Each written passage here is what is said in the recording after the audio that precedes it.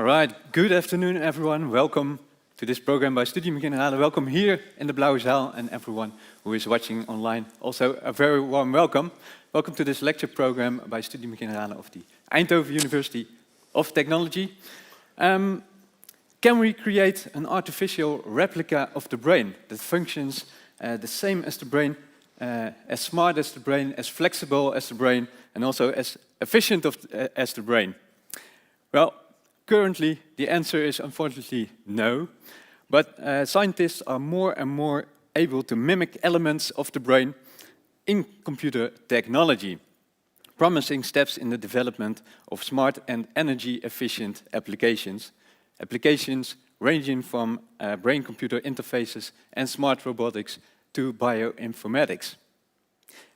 Our guest speaker of today, Yoeri van der Burgt, is one of those scientists who works on brain-inspired computing technology.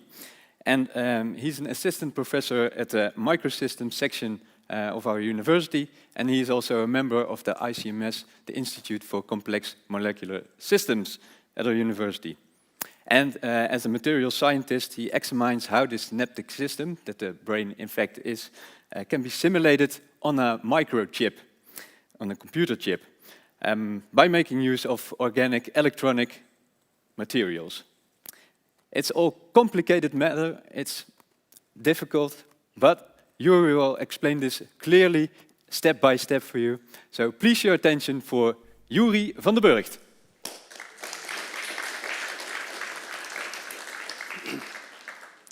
Yeah, thanks very much, guys, for this wonderful introduction.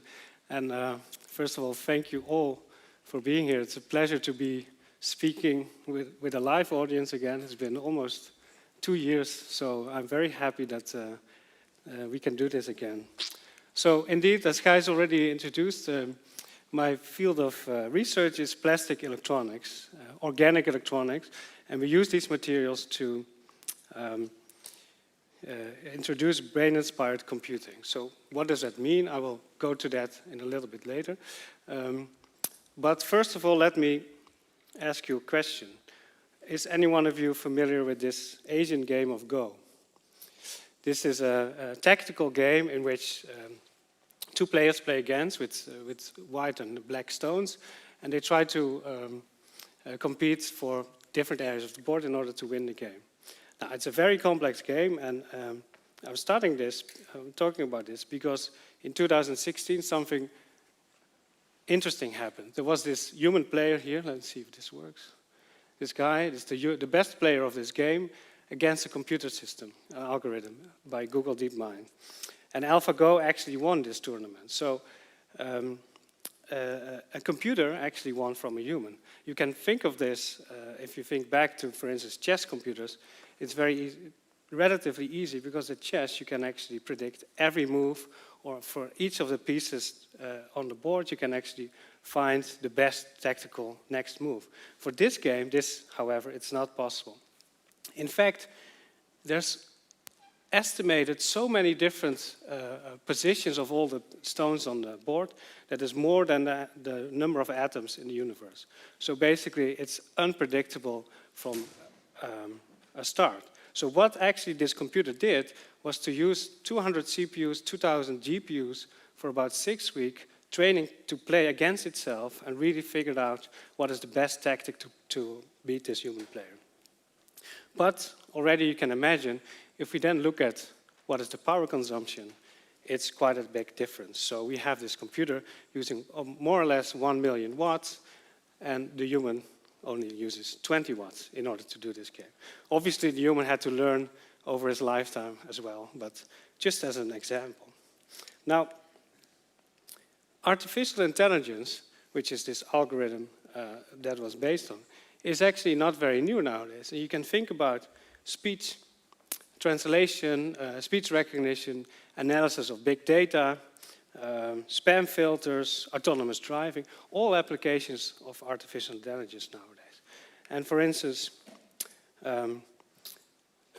this application was recently shown where you have computers to recognize from medical scans tumors better than a human doctor. So there's a lot of potential, but it uses a lot of energy. And in fact, if you look at your phones, for instance, it's very close by too. So you have phones now that uses image recognition, facial recognition to open the phone, but also to recognize pictures of yourself. So I'm always very surprised that my phone can recognize me even though I wear sunglasses or have different color of hair all of a sudden. So how does this work?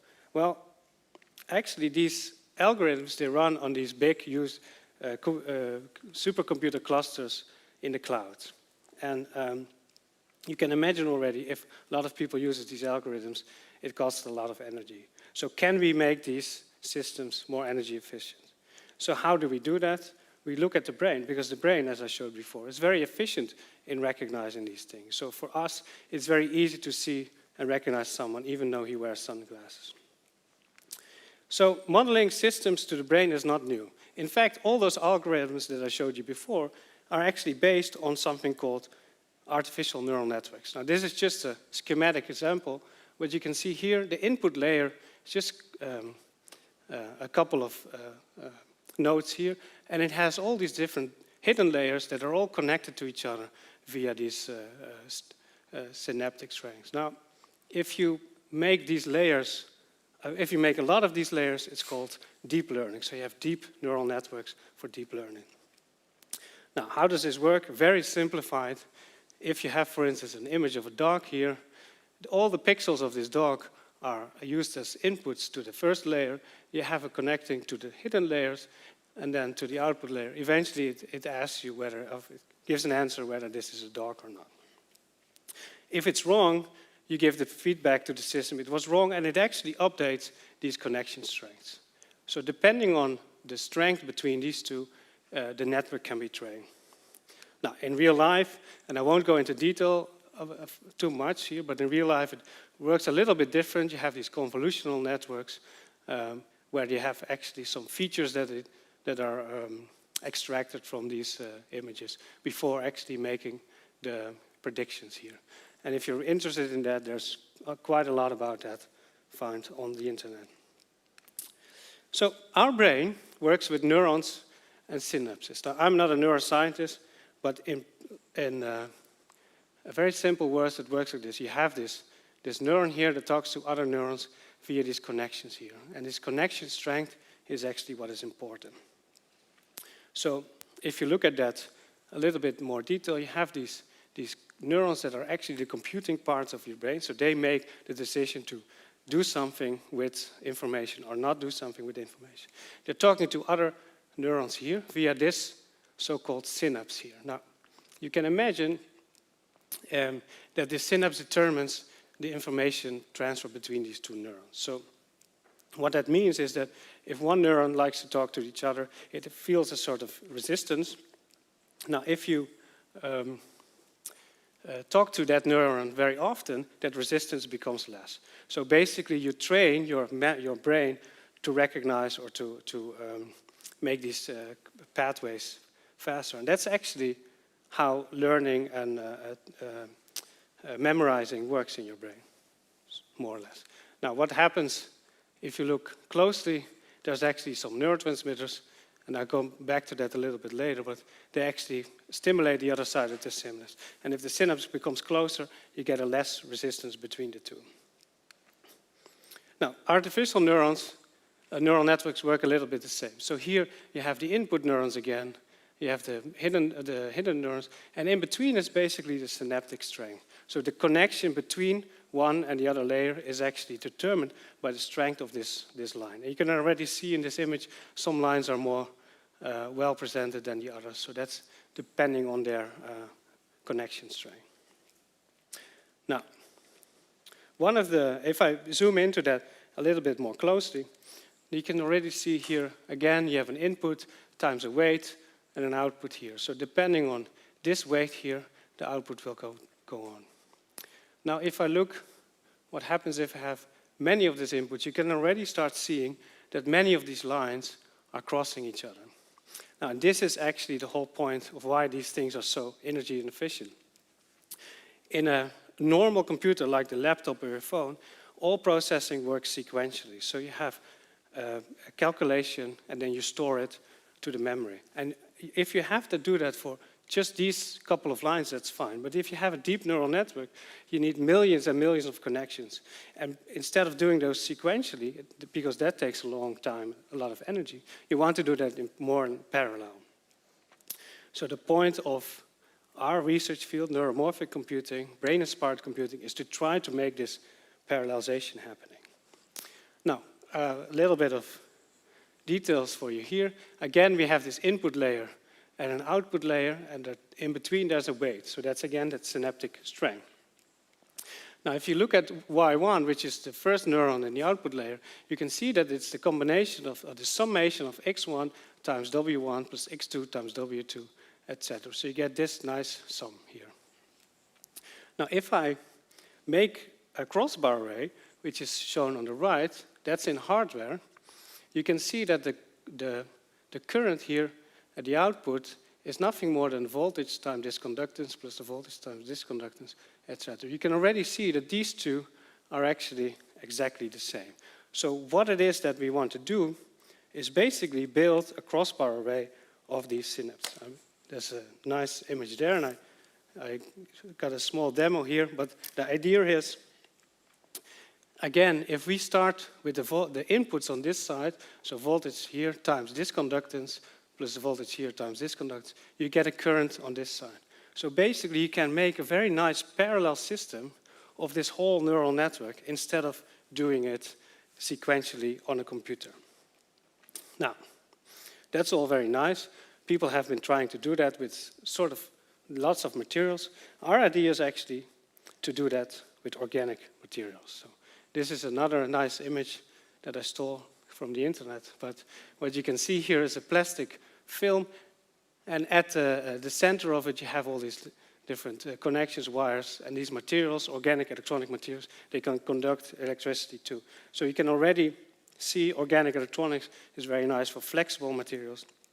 Printable, it can be very cheap, but it can also be functional. For instance, here you see LEDs or OLEDs on a flexible substrate that is connected to a hand. Now, what is the material that we are actually using? It's called an organic mixed ionic electronic conductor. That's a lot of words, but the idea is basically we have a polymer that is connected with an electrolyte here, and the polymer itself, it's a different morphology, and at the heart of it you have these small backbones, and you can already see here this is an organic material, as you can see, and it's an organic electronic material, so it can conduct holes or electrons, but it can also conduct ions. So you can already see ions floating around here, and they can interface with this material.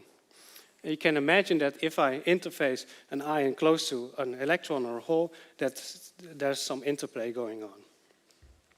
So this is actually very similar to our brain too, right? So we have, in our brain, we use ions, and basically in our whole body, we use ions to talk to the rest of the body via the nervous system, right?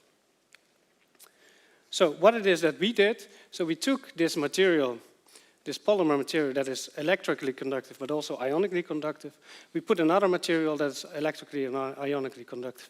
And now we can shuffle ions in between from them. And you can already, this is obviously artistic rendering, but you can, and this one too, by the way, but you can already see it looks a lot like a synaptic connection here. So this is again this synapse that is determining the strength between two polymeric, between two neurons. Now, how does that work? So here we have our polymer channel. Again, this is a conducting polymer, and on this side we have a gate. Again, another polymer. In between, we have an electrolyte, and this electrolyte, actually what happens if we put a voltage on this side, we actually start shuffling these ions from one side into the other side. Now you can already see that if I put ions here, this material is not neutral anymore. So what happens? Electrons start flowing within. So you have to compensate your polymer, your positive ions, with negative electrons. Now, you can already see that the current starts flowing, and you can imagine if I put now another of more ions in there, then more electrons have to come. So basically, you can tune the conductivity of this polymeric material by putting in ions or removing ions. Now, just as a quick side note, that material that we just described the conductivity for is basically one of these connections here, right? And actually, we have shown very nicely that instead of a transistor where you have 1 or a 0, either on or off, we have all these different intermediate states. So you zoom in here, you can see that all these different states in conduction can be reached. So you have an analog tunable, so not just 0 or 1, but anything in between. So you can really tune the conductivity in an analog manner. And this is exactly what is necessary in order to have this neural network be trained with these types of materials. Now, the next thing is that it's also very flexible. Right? Polymers can be flexible. This is obviously a very large device, but you can see that we can bend it and it can still work. So the flexibility combined with the electrical properties makes this an ideal material to use. So this is one of the chips that we have made. So you can already see, again, this gate channel here, and sorry, the gate polymer here and the channel here. And as you can see, that's only 9 devices. Obviously, we are far away even for this one, which is 16.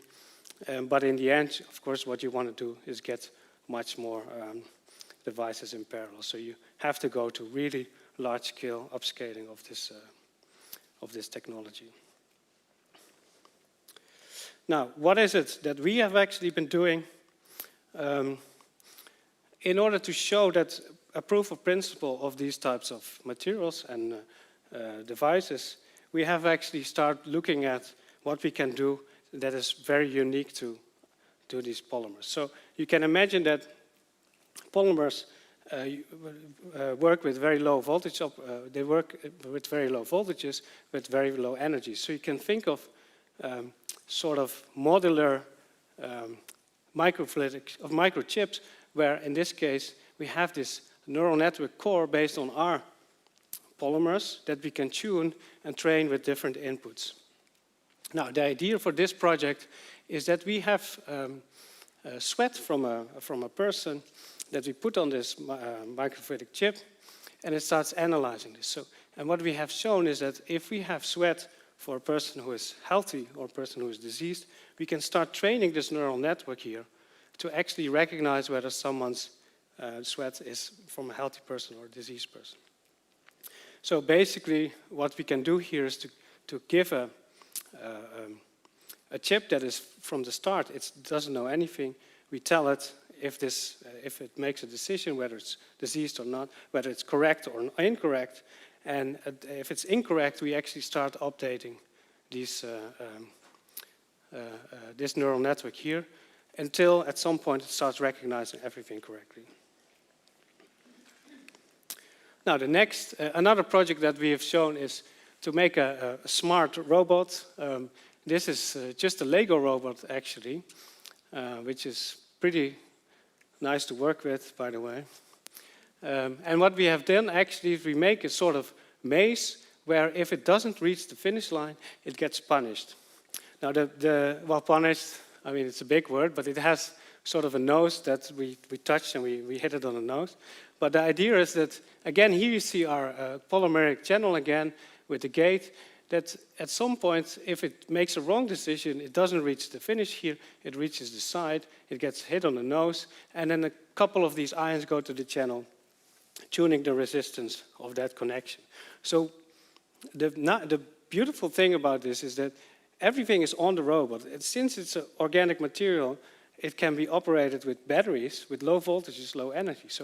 But the other nice thing is that it's basically like a small organic mini brain, right? It's just one connection, though, but at the same time, it works very well. So we have these sensors that looks at the line. If it has to make a decision whether to go right or left, it does that, and at some point it gets trained to do the right thing. So here you see in step 2, it doesn't reach the end, 4, 7, 8, and it's 16 times being hit on the nose, it finally finds the way out of the maze. And that's basically by updating these connections inside the robot. Now, there's a lot of neuromorphic computing, brain-inspired computing for robotics going on, but this is actually the first time where you really have everything on the same robot, on the same chip. Autonomously operated. Now, another exciting field that we have been working on and trying to work on is the connection with biology. So you can imagine that since we are working with ions and with organic materials which are biocompatible, we can nicely interface this with biology. So the image I'm showing here is that we can use ionic flow to tune again this conduction. But what we also found is that neurotransmitters that we use in our brain, like dopamine, they can actually de-dope the material too. So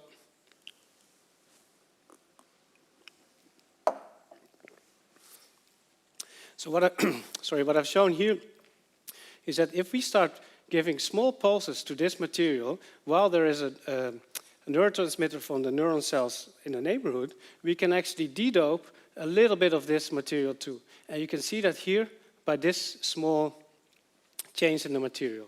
Now you can, if you do that often enough, you can see that the synaptic weight, so the conductance of this film here, becomes lower.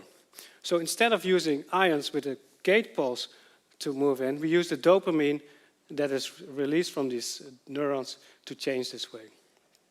Now, and that's actually something that we have been looking at in order to find new applications, like, for instance, the control of, so using, instead of the ions there, we use the neurotransmitter to tune this material. And you can think of this, for instance, for the connection between bionic arms and the body. So instead of just having your arm being controlled by an external controller, by how you train it from the start, you can actually have this adaptive connection that is dependent on the neurotransmitter release, so you can really have an arm that is personalized to yourself. That is at least the idea. So you have this connection here that is now being trained and optimized by the body itself. I think that's it for me. Acknowledgements for most of the work has been done here, but we also have some collaborations and, of course, the funding agencies. And thank you so much for being here and listening to my talk. If there are any questions, let me know.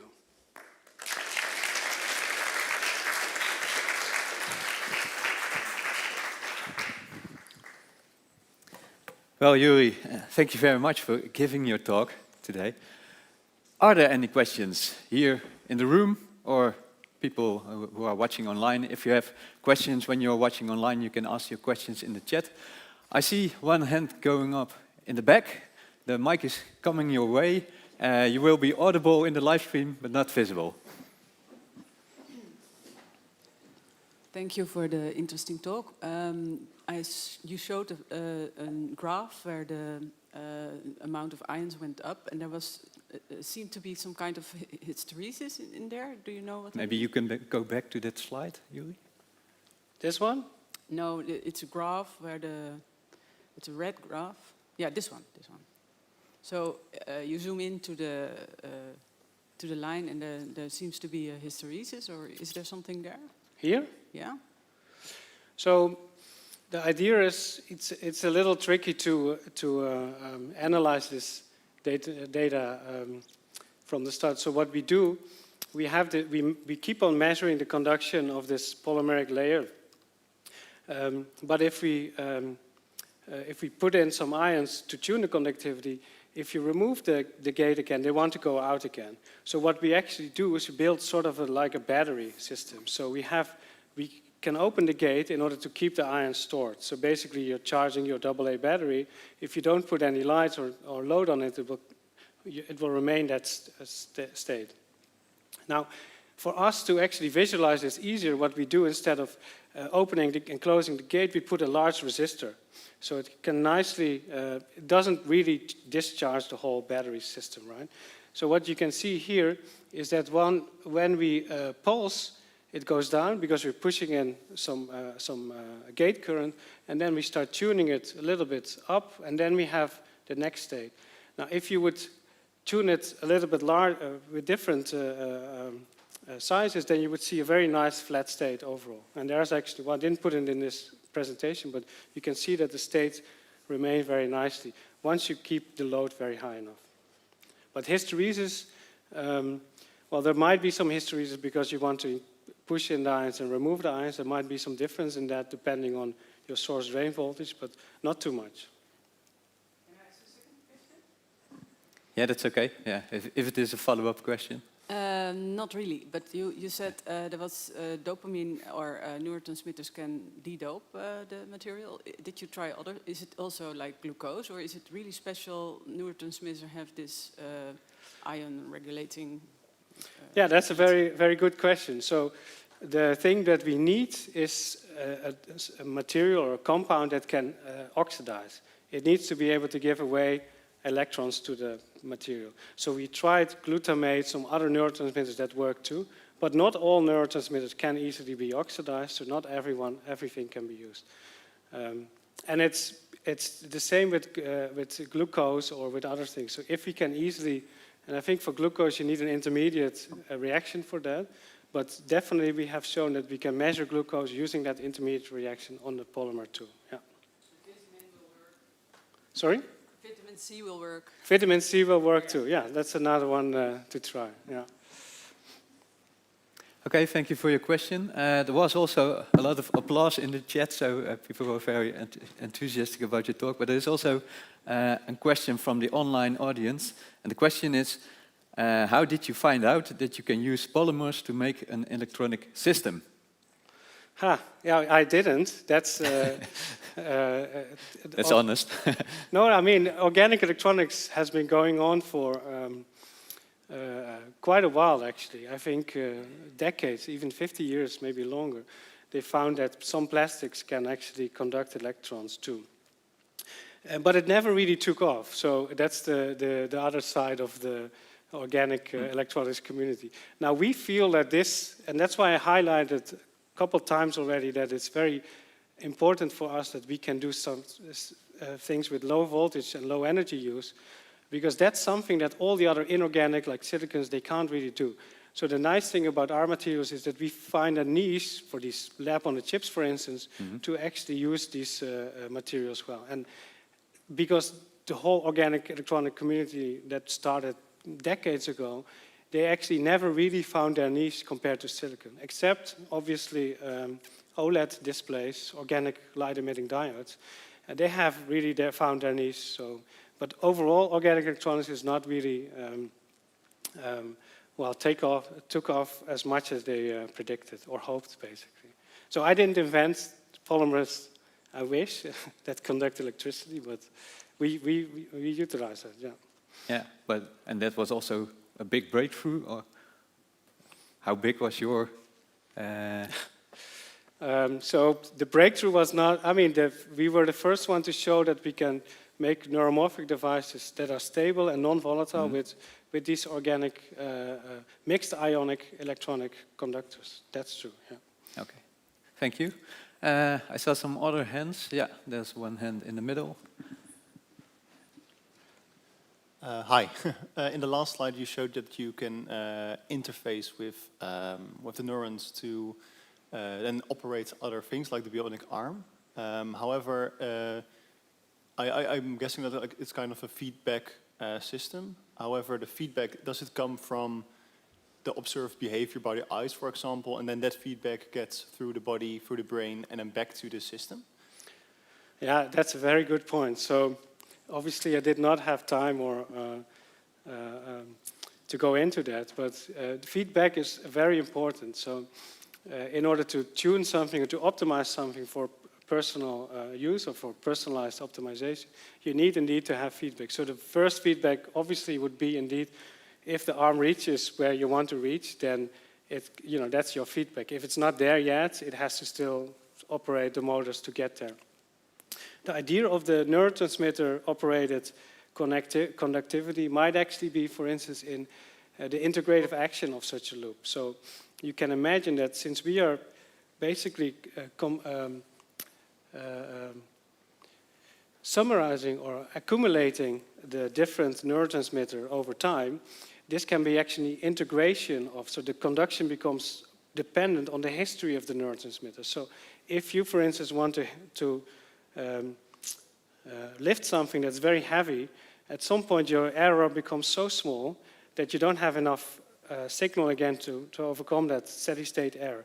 Now, at some point the neurotransmitter actually might accumulate high enough so that you actually do go to this. So there's different ways of getting this feedback and getting this, these error signals to be optimized, but that's something for future research. Thanks. Okay. A bit of a follow-up question, but if you had like a direct output from the extra bank or memory bank, could you like create a kind of like an extra memory bank in your brain? For example, if you have like a quite of a big array of neurons, like artificial neurons, you could directly input that into your brain, and you have like a 10% extra thinking capacity. Yeah, sure. That sounds like a nice. No, I mean it's not something we have looked into obviously yet, but one thing that we have been thinking about is you have neurodegenerative diseases, for instance, where part of your brain doesn't work very well anymore. And you can think of actually using very tiny nano or micro devices of this, where you actually have this adaptability to the normal synapses have to kind of use that instead of the part of the brain that's not functional anymore. But I mean, this is such a complex task, and you have to find people or animals, I guess, willing to integrate these devices in their brain. So that's something that's, at least I'm not yet, but it is then definitely something to look forward to if we can do that. Yeah. And what's your expectation? Would this be introduced in about 10 years, 20 years? Yeah, it's always very difficult to answer predictions, but yeah, integration with biology in a simpler way, like on your skin or within your motor neuron system, that's something that you can expect maybe within 15 years or so. Okay. I first go to the online question and then come to you for your question. And the online question here is, some scientists like Roger Penrose, I'm not sure if you know him, but some scientists argue that human consciousness is non-computational in nature. What is your view on this? Is this something you are trying to achieve for the artificial brain?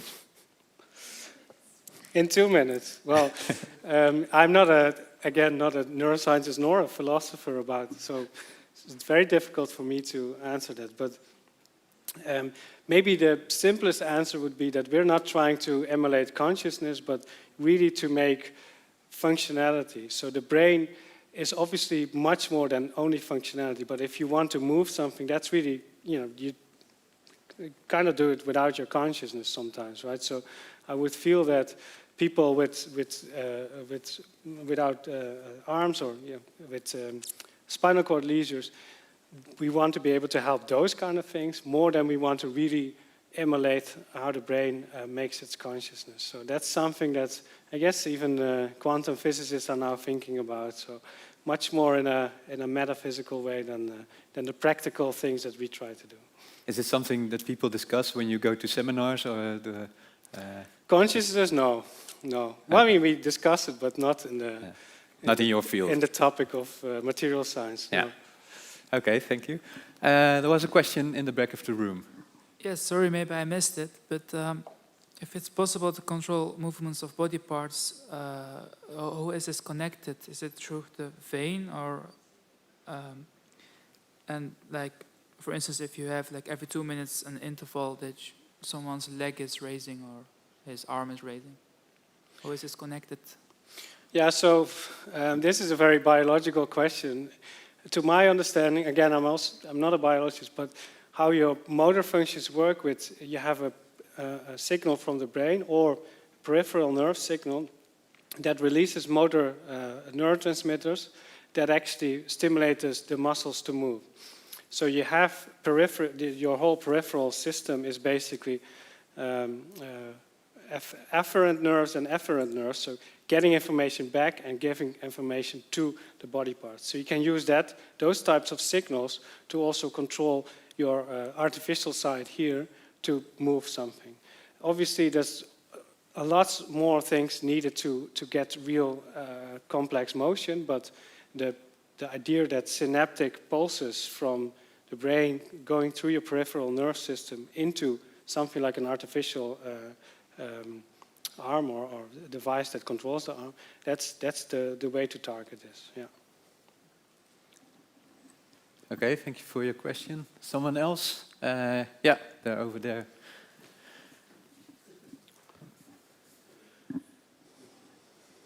Yeah, I had a question about if your final goal is to like model the entire brain or just a part that is like for the problem solving.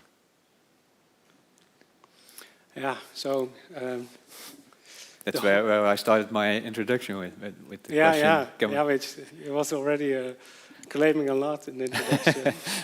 So, if we have to be very honest and specific, the idea of this neuromorphic computing is to really make these artificial intelligence applications more efficient, and then we use the brain as inspiration. So, the parallelization of memory and computing, so making the memory and computing at the same position in hardware, that's something that the brain does too, right? But it works, I mean, there's no input and output in the brain, right? It's everything at the same time. So no one really knows actually how that works and what it does.